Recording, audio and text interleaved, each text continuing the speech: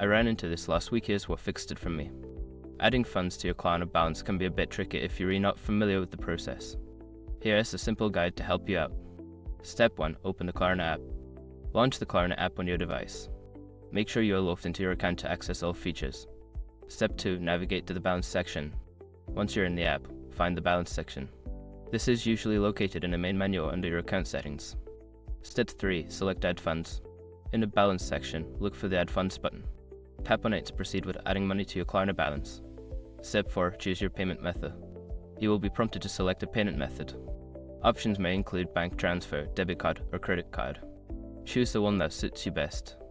Step 5. Confirm and complete the transaction. Before filing a refund or dispute, use the srock.com link in the description to open the refund dispute deadline calculator and confirm your deadline. Just a quick note, sometimes the funds may take a few minutes to reflect in your account, so don't worry if you don't see them immediately. I hope this helps you easily add funds to your Klarna balance.